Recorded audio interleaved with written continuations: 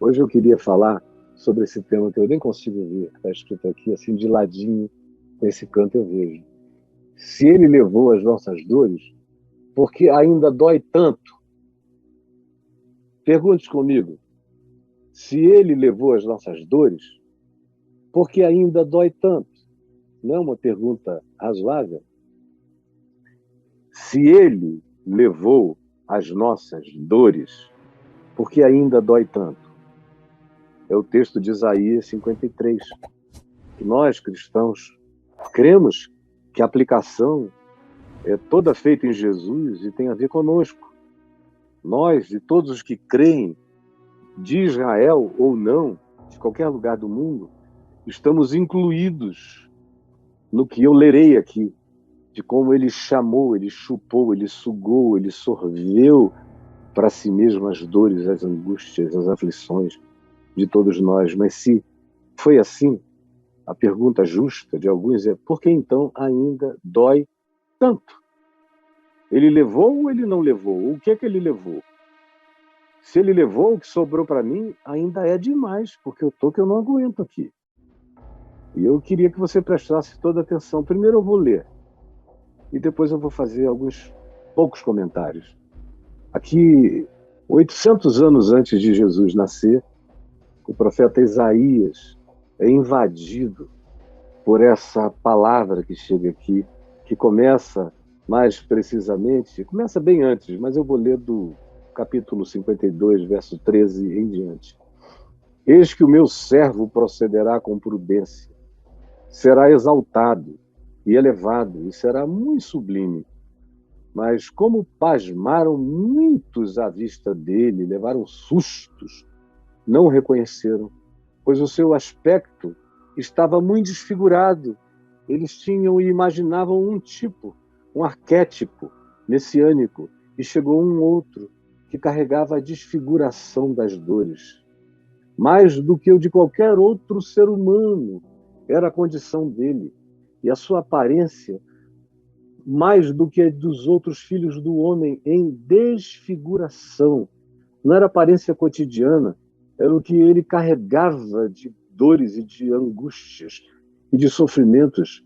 Esse servo sofredor, sublime diante de Deus, não era um ente gargalhento enquanto andava, pesava. Assim, causará ele admiração às nações. E os reis fecharão as suas bocas por causa dele, porque aquilo que não lhes foi anunciado eles verão. E aquilo que não ouviram, muitos deles entenderão e ficarão perplexos de que a graça de Deus estivesse repousando sobre alguém tão desprezível.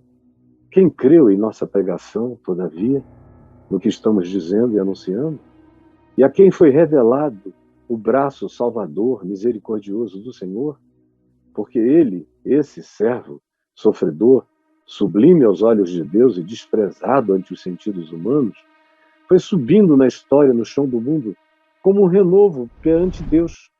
E como a raiz de uma terra seca, numa terra muito seca, uma raiz que vai nascendo. Não tinha aparência, como as raízes no deserto, secas, nem formosura alguma aparecia nele. Não vieram flores, só raízes, raízes profundas. E nós olhámo-lo, mas nenhuma beleza havia que nos agradasse. O que ele dizia, o que ele fazia, não era aquilo que nenhum de nós queria para si. Todo mundo queria ser curado, todo mundo queria o que ele poderia fazer de bom, mas ninguém queria ser como ele. Ninguém queria andar no caminho dele. Ninguém se agradava de ver aquela vida tão cheia de amor, de perdão, de misericórdia para com todos sempre. A maioria dizia: me cura. Mas muitos diziam: já não volto mais, consegui o que queria e não quero andar conforme esse ensinamento. Ele é extraordinário, mas o que ele me diz não me agrada para a minha própria vida. Portanto, ele era desprezado e era o mais rejeitado entre os homens. As autoridades queriam eliminá-lo. Os acadêmicos tinham inveja e ciúme dele, porque ele não fez cursos e não se doutorou em nada, mas ele era mais sábio do que a soma de todos eles, de modo que ele causava inveja e provocava espírito de rejeição dos invejosos. Ele, no entanto, era um homem de dores, de simpatias, de empatia, de solidariedade, e que sabia e sabe o que é padecer, sofrer, se identificar, se condoer, um homem de compaixão. E como um de quem os homens escondem o rosto, que fingem que não viram, ele era desprezado. Todo aquele que o via fazia o possível para não deixar-se perceber como tendo visto, para não haver encontro de olhares e nem compromissos. Por isso, ele passou entre nós e a maioria deliberou dele não fazer caso, não dar importância àquele que para eles tinha importância essencial, mas eles não queriam se render. A rendição implicaria em transformação. Certamente, todavia, ele tomou sobre si as nossas enfermidades. Mas você ainda está doente. E as nossas dores levou sobre si. Mas você está gemendo. E nós o reputávamos por aflito, ferido de Deus e oprimido. E parece que foi só isso que ele foi, porque se levou tudo que levou, os benefícios não chegaram a mim, parece terem morrido todos nele. Mas ele foi traspassado pelas transgressões, pelas nossas transgressões. E eu continuo pecando. Ele foi moído pelas nossas iniquidades. E eu me sinto ainda triturado. O castigo que nos traz a paz estava sobre ele, e pelas suas pisaduras fomos sarados. Embora eu não conheça a paz. E embora eu me sinta enfermo e doente. Todos nós andávamos desgarrados como ovelhas. Todos nós andávamos desgarrados como ovelhas, sem pastor. E continuamos. Tem gente que tem inflação de pastor, só não tem nenhum, porque nenhum deles é pastor, eles se negam a seguir o único pastor. Cada um se desviava pelo caminho, como é o que acontece. Mas o Senhor fez cair sobre ele a iniquidade de nós todos. Ele foi oprimido e humilhado, mas não abriu a boca. Como cordeiro foi levado ao matadouro, e como ovelha muda perante os seus tosqueadores, ele não abriu a boca. Isso continua acontecendo, os oprimidos continuam sem voz, sem lugar de fala. Por juízo opressor foi ele arrebatado, e muitas vezes nós também. E da sua linhagem, da sua origem eterna, quem foi que cogitou? Quem é que imaginou que podíamos estar sendo visitados pelo Pai da eternidade, pelo Príncipe da paz? Porquanto ele foi cortado da terra dos viventes, do planeta, por causa da transgressão, do pecado do meu povo, do povo de Isaías, do povo de Israel e de todo mundo, ele foi ferido e designaram-lhe a sepultura com os perversos, entre ladrões e malfeitores. Uma morte de abomináveis, mas com o rico ele esteve na sua morte, foi sepultado na tumba de José de Arimateia. Posto que nunca fez injustiça alguma, era ele que dizia: quem de vós, aos fariseus, quem de vós me convence de pecado? E todos calavam. Dolo algum jamais se achou em sua boca, nenhuma maldade, nenhuma conspiração, nenhuma perversidade, nenhuma brincadeira com a condição humana. Todavia, ao Senhor agradou moê-lo, espremê-lo, como quem passa na prensa o azeite, fazendo-o enfermar. E quando der ele a sua alma como oferta pelo pecado, que ele já deu desde antes da fundação do mundo, mas daria na história, como Jesus o fez, então, quando ele oferecer e ele morrer pelo pecado, ele verá a sua posteridade e prolongará os seus dias, porque ressuscitará de entre os mortos. E verá os filhos que creram nele e que andaram com ele, apesar de todo o desprezo que a maioria a ele concedeu. E a vontade do Senhor prosperará nas suas mãos, não no mundo que jaz no maligno, mas na vida daqueles que dizem: venha o teu reino, seja feita a tua vontade. Ele verá o fruto do penoso trabalho da sua alma. Quem são esses? Que fruto é esse? É o de gente que entendeu, que creu, que se entregou, gente que acolheu, que não rejeitou, que abraçou, gente que não disse: não vou segui-lo porque continua doendo, gente que foi com dor e tudo.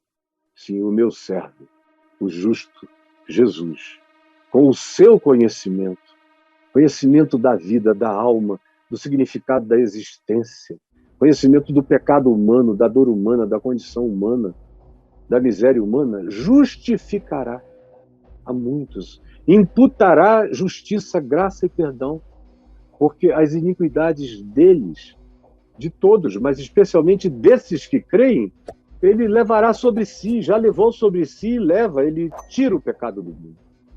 Por isso eu, diz o Senhor, lhe darei muitos como a sua parte, muitos. Muitos virão do norte e do sul, do oriente e do ocidente, muitos que nós não conhecemos, não sabemos e jamais saberemos, virão a ele de um modo tão diferente que nós nem suspeitamos. E ele, com os poderosos, repartirá o despojo. No fim de tudo, o grande despojo é daquele que entregou a vida por amor, porquanto derramou a sua alma na morte. Foi contado com os transgressores e foi identificado com o pior da humanidade. Contudo, levou sobre si o pecado de muitos e pelos transgressores ele intercedeu. Isso é extraordinário, é maravilhoso, é para sempre completamente lindo. Mas fica essa pergunta, se ele levou as nossas dores, por que ainda dói tanto? Em Mateus, eu creio que é no capítulo 8, é que quando ele cura um grupo de pessoas, o Evangelho de Mateus diz, isso ele fez para se cumprir a profecia de Isaías 53. Ele curou os doentes, abriu os olhos aos cegos, e Mateus aplica a profecia de Isaías 53 àquela ocasião. E nos dizendo que ele levou as dores de todos aqueles que ele encontrou pelo caminho, ele foi levando as dores e tirando as dores, e curando doentes e ressuscitando mortos, e se identificando com a dor de pecadores, de meretrizes, de gente marginalizada, convidando para o banquete da vivência com ele apenas aqueles que tinham um coração acarinhado pela graça e que respondiam positivamente aquele amor que eles não sabiam nem por que a eles estava sendo destinado. A esses ele acolheu, e Mateus diz, isso ele fazia para que se cumprisse a profecia de Isaías 53. E nós acabamos de ler essa profecia de Isaías 53. No entanto, mesmo naqueles dias, enquanto ele estava andando e curando isso e aquilo, havia gente pedindo sinais do céu para crer melhor, ou havia pessoas querendo saber por que ele não curava logo todo mundo doente de Israel, e ele tinha curado a todos os que vinham a ele. Mas ele nunca se viu dizer que ele saiu andando, batendo de porta em porta para curar pessoas, perguntando, tem doente aí? Não. Todos os que vieram a ele, e o Evangelho dá ênfase nisso, todos os que a ele vieram. Mas eu não me lembro de nenhuma ocorrência em que ele tenha ido bater na porta. Tem doente aí? Como faziam alguns exorcistas e curadores e curandeiros ambulantes e depois cobravam grana. Não. Quem era trazido a ele, mesmo que viesse numa maca, amarrado pelos amigos, descido pelo telhado, ele curou a todos. Todos os que vieram e tocaram nele com fé foram curados. Ele disse, de mim saiu o poder. Mas ele não teve pressa. Ele não teve pressa. Essa é que é a história. A gente vê, por exemplo, quando Marta e Maria mandam dizer que Lázaro estava morrendo, teu amigo Lázaro está doente. E ele ainda demorou mais 2 dias no lugar onde estava, sem correr, porque ele não tinha pressa. E quando foi, andou mais 2 dias até chegar lá, era distante, chegou 4 dias depois da notícia. E Lázaro já estava podre, cheirando mal. Agora, quantas pessoas morriam todos os dias em Israel? Ele passava por muitos lugares onde havia pessoas com gente morta em casa. E ele passava na rua da frente, não batia, não se oferecia para entrar e curar. O único episódio que a gente vê assim meio casual, entre aspas, é o do filho da viúva de Naim, que ia levando o seu filho para a tumba, chorando. Ela era uma mulher solitária, aquele filho era o arrimo da família, era uma viúva sem ninguém. sem recurso, ia entrar na miséria, ia morrer de fome. E ela ia passando com a multidão de amigos da aldeia pequena de Naum, uma aldeia mínima, na qual eu já estive algumas vezes, porque um amigo meu tem uma fazendinha lá, e Naum. Então, saindo dali, com um grupo pequeno de pessoas, encontrou com Jesus pelo caminho. Jesus viu a dor da mulher, a situação horrorosa na qual ela ia ficar, e parou o caixão, o enterro, e tocou o jovem e disse: levanta-te. E o morto se levantou, e vocês imaginam a loucura que foi, o que se criou de perplexidade, de estado de choque inebriado no coração de todas aquelas pessoas. Mas ele não andava. Em Jerusalém você não vê ele fazer isso, nem na terra dele, em Nazaré, onde ele conhecia todo mundo. Ele não foi de porta em porta. Ao contrário, lá ele não pôde nem fazer muitos milagres por causa da incredulidade daqueles que tinham crescido e convivido com ele desde a infância. E ninguém é profeta na sua casa, ninguém é profeta na sua família, ninguém é profeta entre os seus. O pior lugar para alguém ser profeta é o lugar onde ele vive. Por isso a gente deve escolher sempre lugares não tão carentes para viver, porque quando a gente vive num lugar, esse será um lugar de gente dormente em relação a você. Quanto mais distante dos lugares, quando o profeta chega, mais ouvidos atentos ele tem e ele alcança. Ele não cria familiaridade nem desprezo no coração dos que não o conhecem com proximidade. Mas você não vê, no entanto, Jesus indo de porta em porta bater. Claro que os membros do Sinédrio tinham familiares doentes no Sinédrio. Aquele pessoal todo, os teólogos, tinha gente doente em casa. Jesus não foi, não mandou Nicodemos perguntar: olha, vê quem está doente lá, que é para eu curar, e criar um case. Não. Nem entre os sacerdotes. Tinha tanta gente doente nas famílias dos sacerdotes. Não se diz que ele foi à casa de nenhum deles curar ninguém. Se fosse chamado, iria. Mas quando perguntado, ele disse: olha, nos dias do profeta Elias, havia muitas viúvas em Israel passando necessidade, fome. Mas ele foi enviado por Deus apenas para uma viúva, na região de Serepta, que nem fazia parte da geografia de Israel. Ele foi levar a graça de Deus para um pagão, para um gentil, enquanto aqui tinha muita gente sem comida. Mas ele escolheu fazer assim. Isso é Jesus respondendo aos que cobravam dele: por que ele não saía curando todo mundo? E ele diz: não, esse é um caminho de duas mãos. Todo mundo está ouvindo dizer a graça que de mim emana. Quem quiser, venha. Porque é um sinal de fé esse movimento. Esse sair de casa e vir até aqui, essa coisa que você faz de ligar o seu equipamento, procurar, escrever lá, meu canal no YouTube, ouvir, e atentamente, é um ato de fé de quem quer receber, de quem quer acolher. Não alcança quem não quer, quem está distraído, quem está em casa, quem fecha a porta, quem diz: eu não quero não. Não vai ser alcançado. A graça de Deus é para quem busca. Eis que eu estou à porta e bato. Se alguém ouvir a minha voz e abrir a porta, eu entrarei na sua casa, cearei com ele e ele comigo. E é claro que aí você diz: mas e Paulo, por exemplo? Não estava buscando a Cristo, estava querendo matar cristãos. Nunca ninguém buscou a Cristo com tanta intensidade como Paulo, enquanto tentava matar cristãos. Era uma busca frenética e desesperadora por Jesus. Era um inconsciente em estado de ebulição desesperada para encontrar. Por isso, foi encontrado daquela maneira violentamente graciosa. Aí você continua perguntando se ele levou sobre si as nossas dores, por que ainda dói tanto? Tem muita gente hoje sendo curada de doenças, de enfermidades.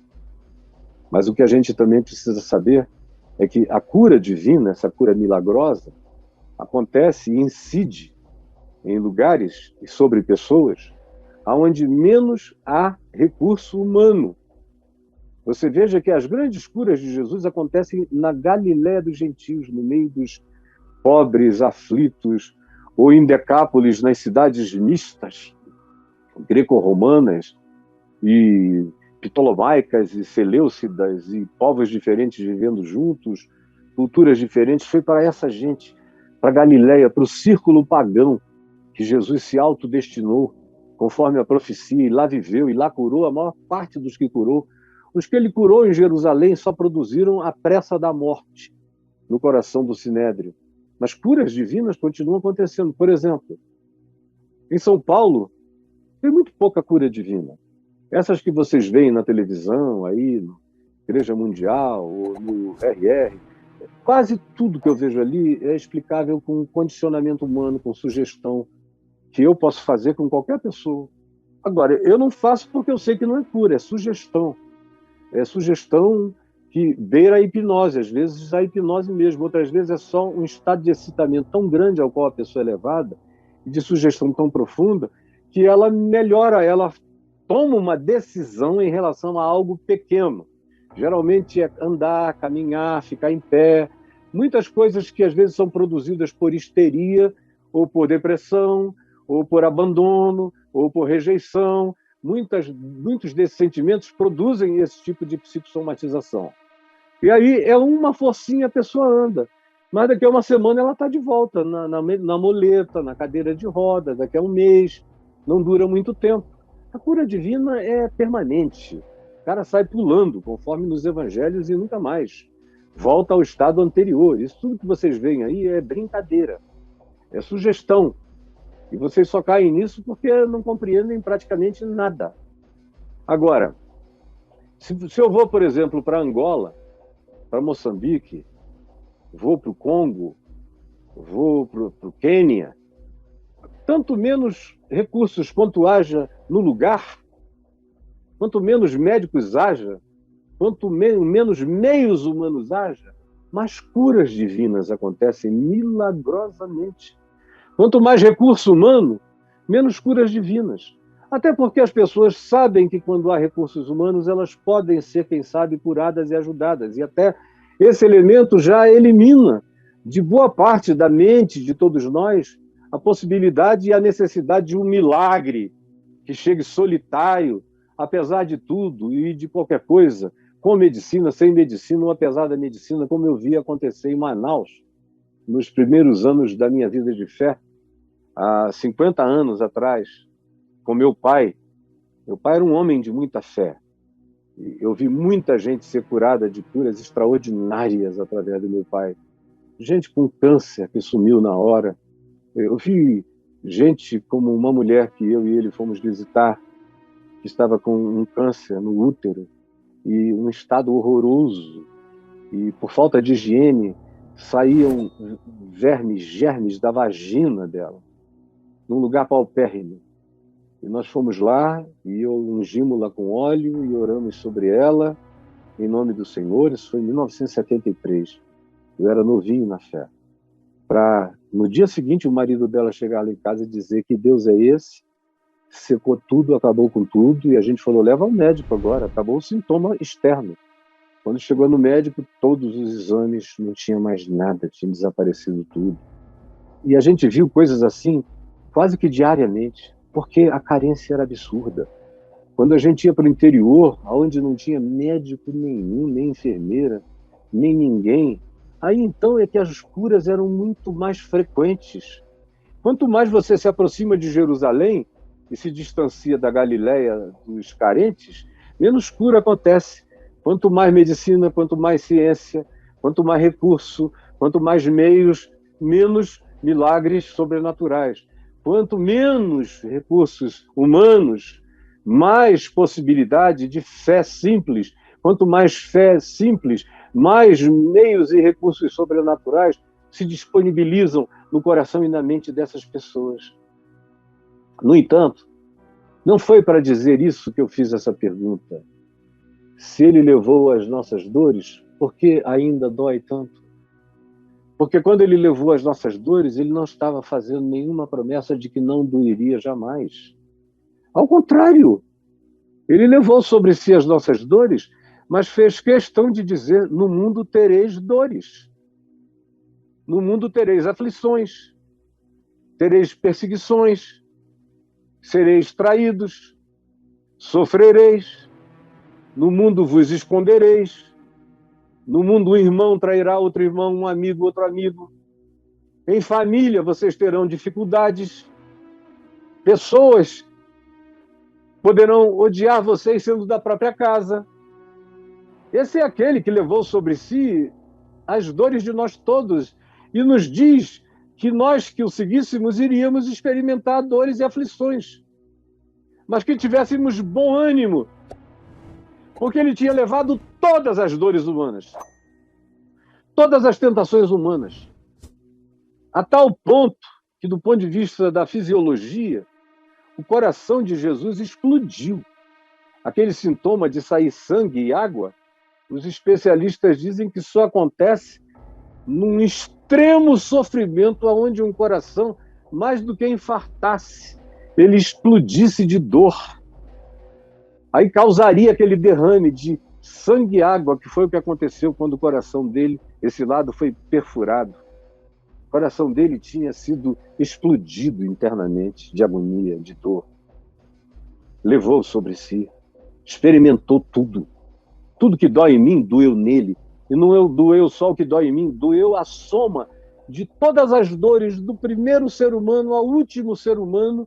Ele foi o nervo exposto da humanidade, do passado, do presente e do futuro, em convergência absoluta de todas as dores, de todas as agonias, de todas as vontades de morrer, de todas as aflições, de todas as culpas, de todos os pecados, tudo ele já levou sobre si. Como também foi tentado em todas as coisas. Em todas as tentações. Você tem tentações? Você tem aquilo que você chama de minha tentação? Foi tentação para ele também. Aí você diz, não, ele nunca teve uma tentação homossexual, homoafetiva. Você não sabe, meu filho. O escritor de Hebreus diz que ele foi tentado em todas as coisas, à nossa semelhança, mas sem pecado. Tudo que pode passar na condição humana, na mente humana, passou pela dele. A diferença é que ele não cedeu a nada, não se seduziu por nada. Por isso, conheceu tudo e não pecou por causa de coisa alguma, mas provou em si mesmo. Ora, e quando eu, que creio que ele levou sobre si as dores de nós todos, experimento minhas dores, e eu já experimentei muitas dores, e ainda experimentarei outras tantas. Se quem dera eu morresse dormindo, ou morresse como aqueles patriarcas que só recolhiam o pé à cama e partiam. Coisa deliciosa. Mas não é sempre que acontece assim. Muitas vezes a gente parte gemendo, gemendo, gemendo, gemendo. Como eu vi a minha mãezinha gemer, gemer, gemer, não aguentar mais, e todo dia me implorar, Caio Fábio, meu filho, pede a Jesus para me tirar logo daqui. Eu não estou aguentando de tanta dor. E não adiantava anestesiá-la, nem ela queria ficar anestesiada, ela queria ficar lúcida com a gente até o fim. Mas não estava aguentando de tanta dor. No entanto, ficou lúcida até o fim. Meu pai não foi o caso, foi outra situação. Mas eu tenho uma tia que me deu tanta dó, tanta compaixão, de ver aquele câncer no fígado dela e ficando enorme, tomando conta, a barriga imensa, imensa, imensa, imensa. E ela, você olhava para ela, você só via dor, dor, dor, dor. E eu me ajoelhei ao lado da cama dela, eu só pedi ao Senhor que a levasse logo. Eu não pedi nada, eu só disse, Senhor, abrevia as horas dela. Se forem dias, os dias dela, mas abrevia. Abrevia. E fiquei muito feliz quando ela morreu no dia seguinte. Muito feliz, porque eu não aguentava mais ver tantas dores. Agora, se ele levou sobre si as nossas dores, por que ainda dói tanto? Vai doer sempre. A diferença brutal é que quando eu sei que ele conhece as minhas dores e levou sobre si as minhas dores e as minhas angústias, isso começa a matar em mim toda a autopiedade. Eu olho para ele e eu dialogo com aquele que sabe como dói, onde dói e o que é doer. Dialogo com aquele que não é um outro para além da condição humana. Ele foi mais humano do que eu e do que todos os humanos. É o Filho do Homem e é o meu intercessor. E o escritor de Hebreus diz que ele intercede porque ele conhece as dores pelas quais ele intercede, as tentações pelas quais ele intercede, as angústias em relação às quais ele se solidariza com todos nós. Só saber disso em fé, crendo, para mim, já é o alívio dos alívios. Por isso que Pedro diz para lançar sobre ele todas as nossas ansiedades, porque ele tem cuidado de nós. Lance, lance. Pedro não sentiu dores? Sentiu dores até morrer. Paulo sentiu dores até morrer. Todos nós sentiremos dores. Não sentir dor é um sinal de doença, de dessensibilização. Seria como orar pedindo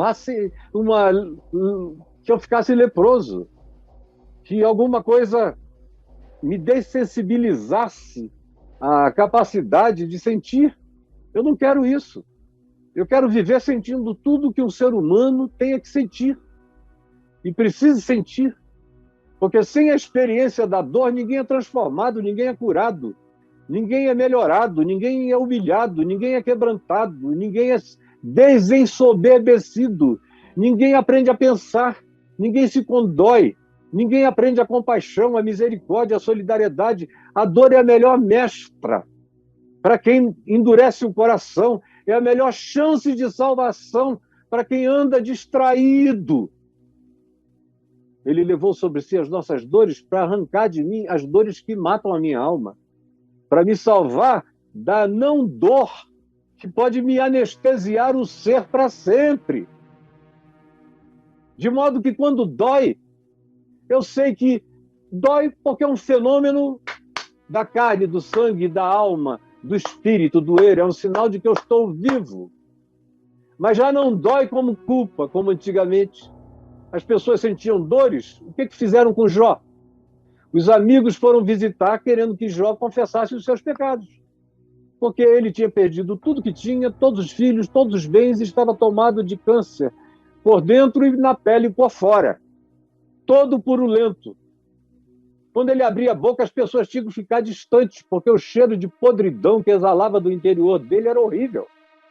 E os amigos diziam: conta os teus pecados, para explicar a tua angústia e o teu sofrimento. E ele dizia: eu não tenho pecado para confessar, nenhum para vocês. Eu sou um pecador, mas eu não fiz nada para que isso me visitasse.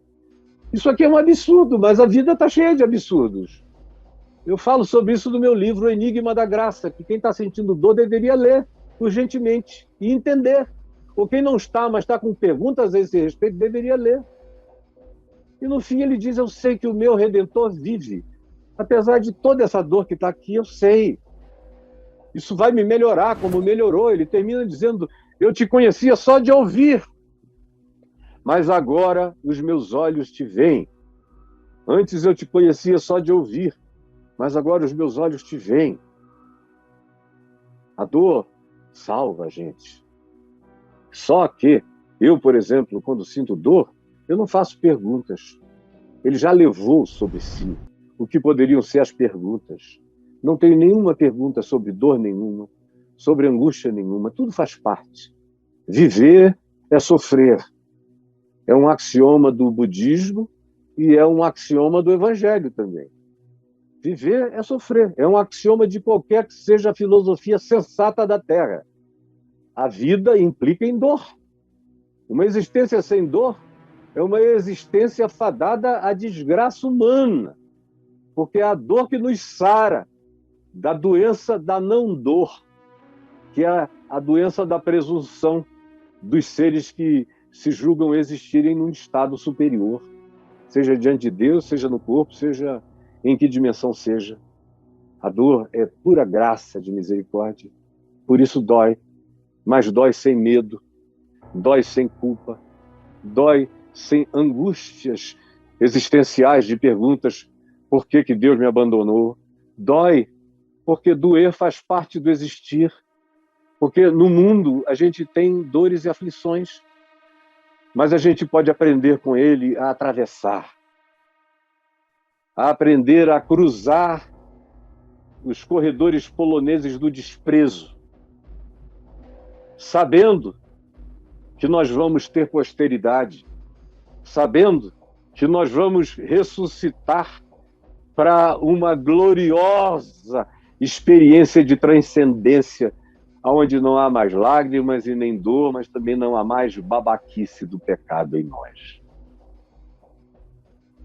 Dói para você não se perder, mas eu gostaria que você aprendesse a sentir dor. Ela é inevitável, não busque a dor, mas quando ela vier, não transforme a dor em culpa, nem em medo, nem em questão filosófica, nem em pergunta, nem em nada. Jesus mandou transformar a dor em bom ânimo. Em bom ânimo. Isso passa, não fica para sempre. Passa até porque, se for incurável, a gente morre e passa. E a gente não morre quando morre, a gente transcende depois que morre e entra no eterno. Agora, passa porque toda depressão pode ter um fim, todo pânico pode ter um fim, toda angústia pode ter um fim. Eu, na minha vida, já passei por muitas coisas, mas tudo teve fim, tudo tem fim.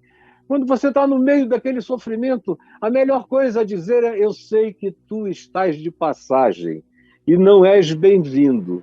Eu te reconheço, mas não te dou abrigo.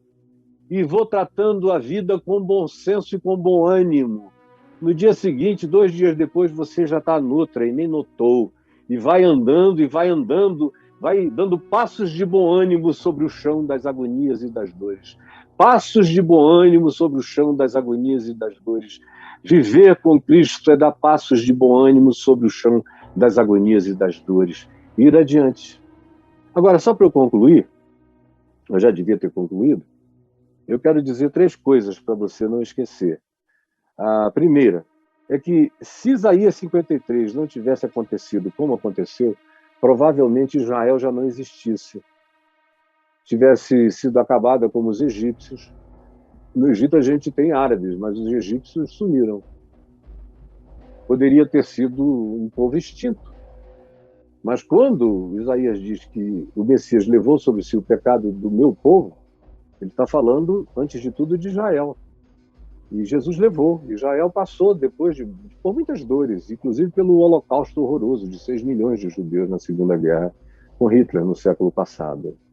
Mas Israel continua, sobreviveu, está aí. Agora, a gente não sabe o quanto que essa absorção da culpa judaica, que não foi só porque matou Jesus, né? Porque viveu em estado de desprezo do Deus da revelação, não somente hoje. Israel é um país com alto índice de agnosticismo e de ateísmo. Embora haja muito fanatismo religioso, mas a grande maioria não está nem aí para Deus. A gente não saberia se Israel ainda existiria. Eu sou daqueles que creio que em Isaías 53, o povo de Isaías foi salvo. Foi salvo de ter sido extinto, de ter acabado. A cruz certamente levou sobre si a maldição que Israel chamou sobre si. Caia sobre nós o seu sangue, sobre os nossos filhos. Que venha sobre nós qualquer culpa em relação ao estarmos querendo crucificar. Foi isso que disseram na crucificação. Mas ele levou sobre si o pecado de nós todos. E disse: Pai, perdoa-lhes, eles não sabem o que fazem. Eu tenho convicção espiritual que Israel não teria sobrevivido sem a cruz. A segunda coisa que eu quero dizer é que o mundo não seria como o mundo é sem a cruz. Porque a gente acha o mundo horroroso, e ele está horroroso. E por que ele está horroroso? Porque ele aprendeu que ele podia não ser horroroso.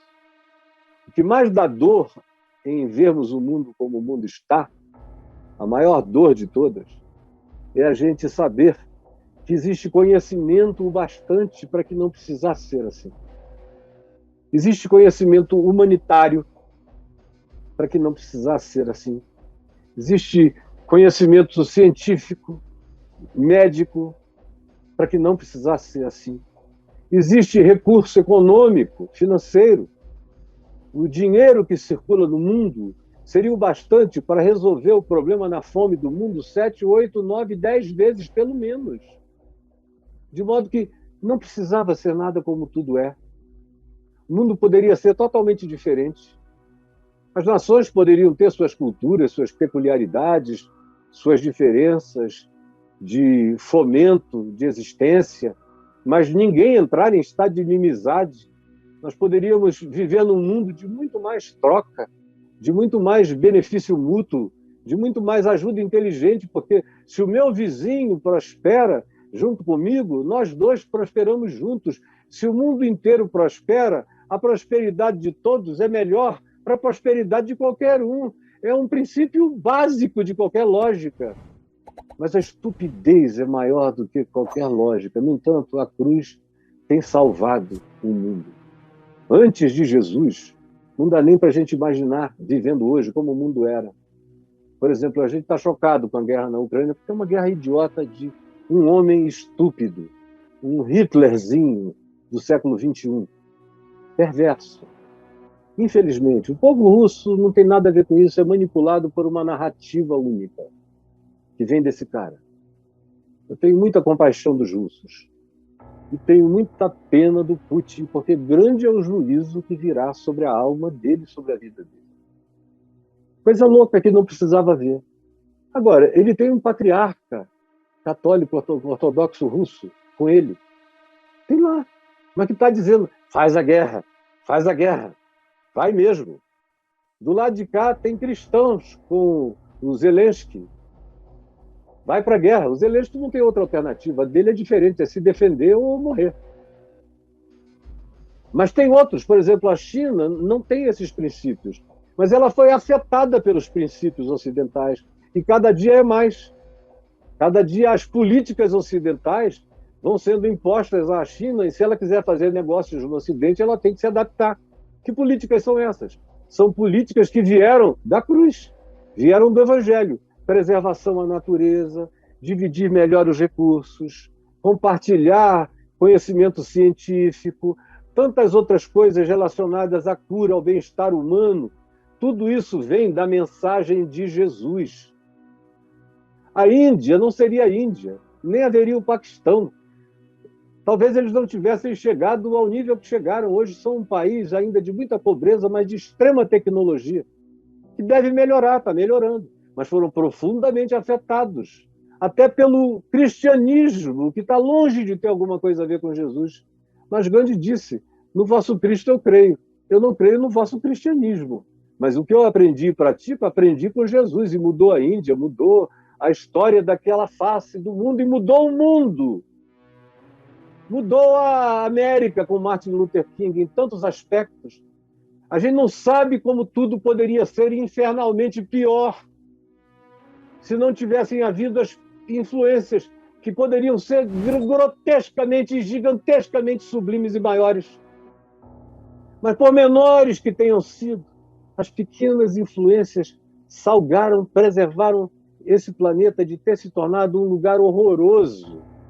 Apesar do cristianismo, a mensagem de Jesus vazou por pessoinhas do bem, que fizeram, através da ciência, do conhecimento, do trato humano, da resposta inteligente, da busca de igualdade social, de melhoria ou de equivalência, a própria democracia, com o direito de cada um dizer, falar e escolher, não teria acontecido sem o espírito da fé cristã, sem o espírito daquela decisão não despótica ensinada por Jesus, que é o Senhor não despótico, é Cristo.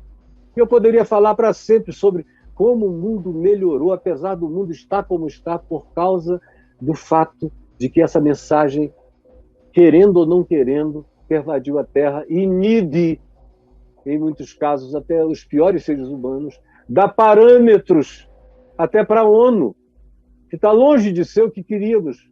Mas ela tem lá na entrada não apenas um texto de Isaías, lindo, um texto milenial de Isaías, maravilhoso, querendo que as armas de guerra se transformem em arados e em aparatos de produção de comida e de vida. Vem dali. E o propósito era esse, era acabar com as guerras.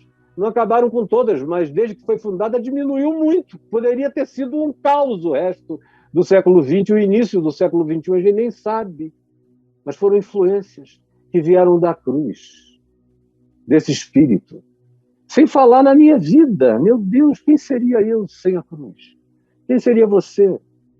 Que mensagem teria sido a da minha vida? Eu não teria tido mensagem. Se eu tivesse sobrevivido, eu teria sido um cara horroroso. Horroroso. O coração bom que Deus me deu teria se transformado num coração perverso, porque o convívio com a perversidade perversifica o coração. E graças a Deus eu fui alterado. Eu não queria ser ninguém além de mim. Eu estou absolutamente feliz em ser essa pessoa que você enxerga aqui. Preste bem atenção. Eu não tenho vontade de ser ninguém. Eu não quero nada de ninguém. Eu sou feliz sendo eu. Eu não quero a inteligência de ninguém, o conhecimento de ninguém, a sabedoria de ninguém, nada de ninguém, a beleza de ninguém, o poder de ninguém, a influência de ninguém, nada. Eu sou feliz sendo eu. E eu sou a melhor versão que eu poderia ser na Terra até aqui. É essa que está se desenvolvendo e melhorando a cada dia. Eu não sinto nem saudade do meu passado, com aquelas glórias antigas, com tudo isso, saudade nenhuma. Se dissesse, olha, eu aperto aqui um botão, você faz efeito borboleta e volta para o tempo que você quiser, desde a sua conversão, você quer? Eu dizia, Deus me livre. Eu nunca vivi tão bem, nem tão em paz, nem tão feliz, nem tão lúcido, nem tão satisfeito. Nunca pensei que eu iria viver o tanto que eu já vivi, que eu iria ter neta de 22 para 23 anos, filhos na meia idade. Que coisa maravilhosa, que me amam, que me querem bem, amigos fiéis, leais, queridos. Nunca pensei que eu ia ser sustentado pelo amor das pessoas, pela graça. Eu dou graça e me entrego de graça e sou um voluntário na vida e sou sustentado pela voluntariedade da alegria daqueles que recebem o bem de Jesus e do Evangelho a partir de mim, da minha vida, e me abençoam de volta. Isso é uma coisa maravilhosa que só é possível por causa do bem e da realidade da cruz. O fato de que eu nunca guardei nenhum ressentimento no coração é algo que só a cruz poderia ter realizado em mim. Eu já tive razões de conflitos, de choques, de embates, de tudo na vida, que poderiam ter me feito um homem odiento, odiável, horroroso. Eu nunca fui para a cama um dia com raiva de ninguém, com ira no coração, amargurado, zangado. Já fui triste, mas com nenhum desses sentimentos. A tristeza você entrega a Deus, dorme sobre ela e um sonho bom te cura dela. E a tua decisão de acordar com louvor no coração te faz pensar que a tristeza pode durar uma noite, mas a alegria vem com o amanhecer. Por causa da cruz, por causa de Jesus. Olha só o que aconteceu em mim. Para aqueles que dizem, Caio, eu queria que você vivesse para sempre, ou que vivesse pelo menos mais muitos anos. Pode ter certeza do seguinte, eu só estou aqui te fazendo esse bem, e eu sei que a minha vida faz bem a milhares de pessoas, louvado seja o nome do Senhor Jesus, por causa da cruz. Porque eu de mim mesmo, você ia querer fugir de mim. Você ia querer afastar a sua filha de mim, sua mulher de mim, você mesmo de mim.